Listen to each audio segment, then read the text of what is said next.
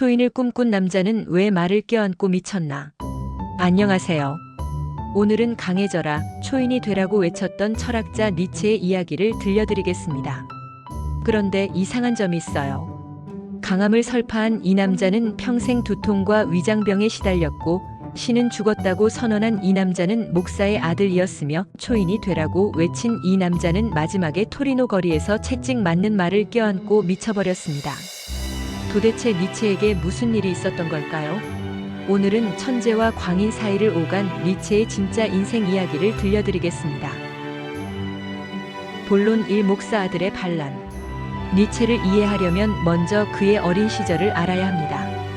니체는 1844년 독일의 목사 집안에서 태어났어요. 아버지 칼 루트비히는 경건한 루터교 목사였죠. 그런데 니체가 5살 때 아버지가 갑자기 뇌출혈로 죽었습니다.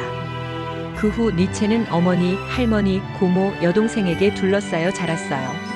집안의 유일한 남자였던 거죠. 어린 니체는 아버지를 그리워하며 목사가 되고 싶어 했습니다. 친구들은 그를 작은 목사라고 불렀어요. 그런데 14살이 되면서 니체에게 변화가 생겼습니다. 일기에 이런 글을 썼어요. 나는 더 이상 하나님을 믿지 않는다.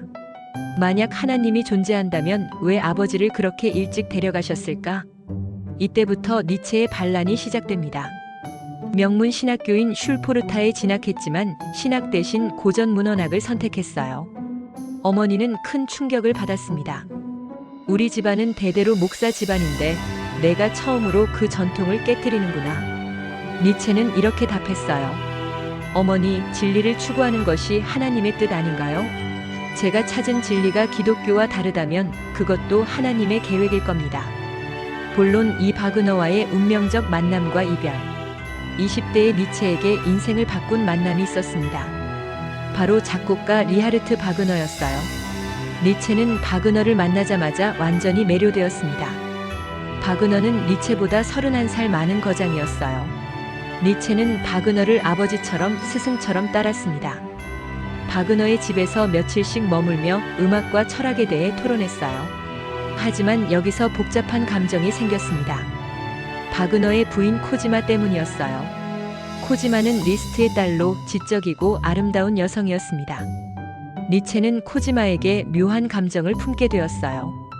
물론 직접적으로 표현하지는 않았습니다. 하지만 니체의 일기와 편지들을 보면 코지마에 대한 특별한 감정이 엿보여요. 코지마와 대화할 때만 내가 진짜 살아있는 것 같다고 썼거든요.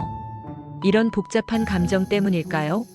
니체는 점점 바그너와 거리를 두기 시작했습니다. 표면적으로는 예술관의 차이 때문이라고 했지만 실제로는 더 깊은 개인적 갈등이 있었어요. 결국 1878년 니체는 인간적인 너무나 인간적인이라는 책을 통해 바그너와 완전히 결별을 선언합니다. 바그너는 배신감을 느꼈고 둘은 다시는 만나지 않았어요. 나중에 니체는 이렇게 말했습니다. 스승을 죽여야 제자가 산다. 바그너는 내가 죽인 첫 번째 아버지였다. 본론 3. 루 살로메와의 파멸적 사랑. 니체의 인생에서 가장 드라마틱한 사건은 38살 때 만난 루 살로메와의 사랑이었습니다. 루 살로메는 러시아 출신의 21세 미녀 지식인이었어요. 똑똑하고 아름답고 자유로운 영혼의 소유자였죠. 니체는 살로메를 처음 본 순간 완전히 넋을 잃었습니다. 친구 파울레의 소개로 만났는데 셋이서 여행을 다니며 철학적 대화를 나눴어요. 니체는 이때를 인생에서 가장 행복한 시간이라고 했습니다. 하지만 문제가 생겼어요. 파울레도 살로메를 사랑하고 있었거든요. 삼각관계가 된 거죠. 니체는 살로메에게 2번이나 프로포즈했지만 살로메는 거절했습니다. 살로메가 파울레와 결혼하겠다고 발표했을 때 니체는 완전히 무너졌어요. 친구에게 이런 편지를 썼습니다. 나는 지금 바닥까지 떨어졌다. 더 이상 내려갈 곳도 없다. 이 사건 후 니체는 여성에 대해 냉소적이 되었어요. 유명한 말 여자에게 갈 때는 채찍을 가져가라는 이때 나온 거예요. 상처받은 남자의 독설이었던 거죠. 니체는 평생 결혼하지 않았습니다. 살로메 이후로는 진정한 사랑을 다시 하지 못했어요. 그는 일기에 이렇게 썼습니다.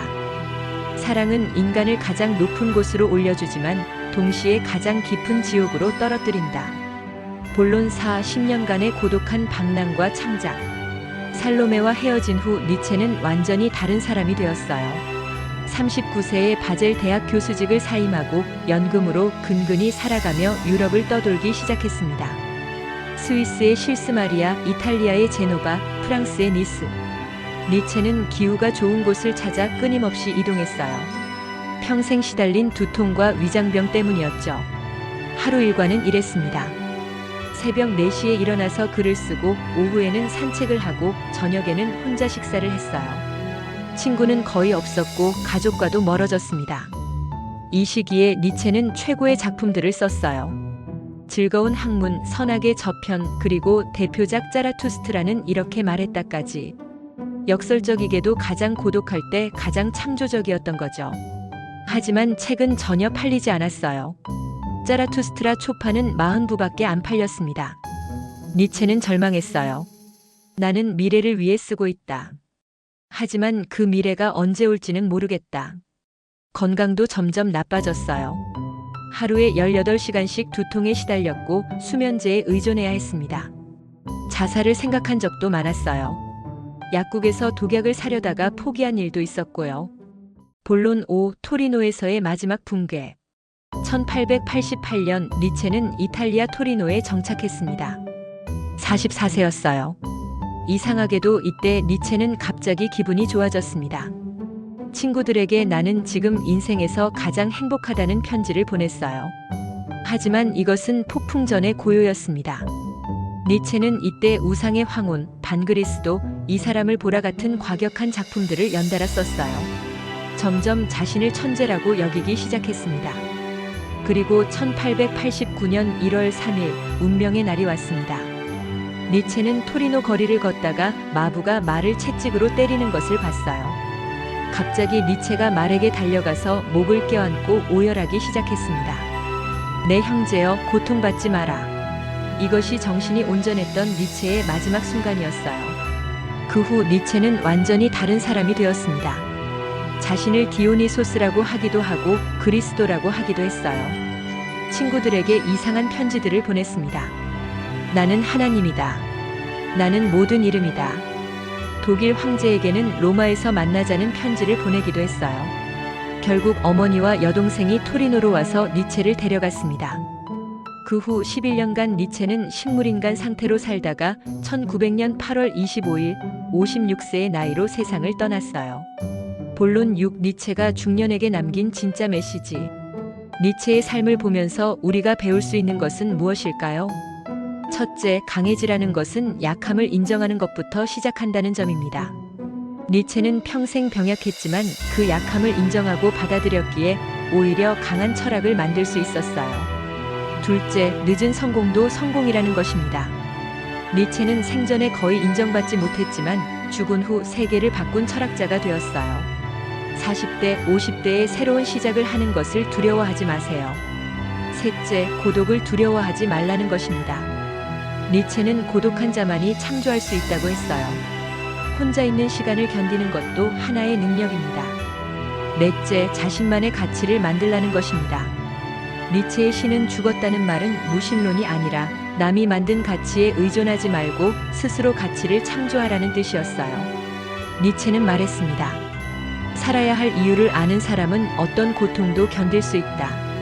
그의 삶은 비극적이었지만 그 비극 속에서 인류의 사상을 바꾼 위대한 철학을 만들어냈습니다. 초인이 되려고 했던 니체는 결국 인간적인 고통 속에서 무너졌지만 그 무너짐 속에서도 우리에게 살아갈 힘을 주는 메시지를 남겼어요. 중년을 살아가는 우리도 마찬가지입니다. 완벽한 초인이 될 필요는 없어요. 약함을 인정하고 고독을 견디고 자신만의 가치를 만들어가는 것.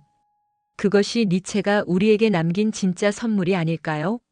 오늘 영상이 도움이 되셨다면 좋아요와 구독 부탁드리고 다음 시간에는 또 다른 철학 이야기로 찾아뵙겠습니다. 감사합니다.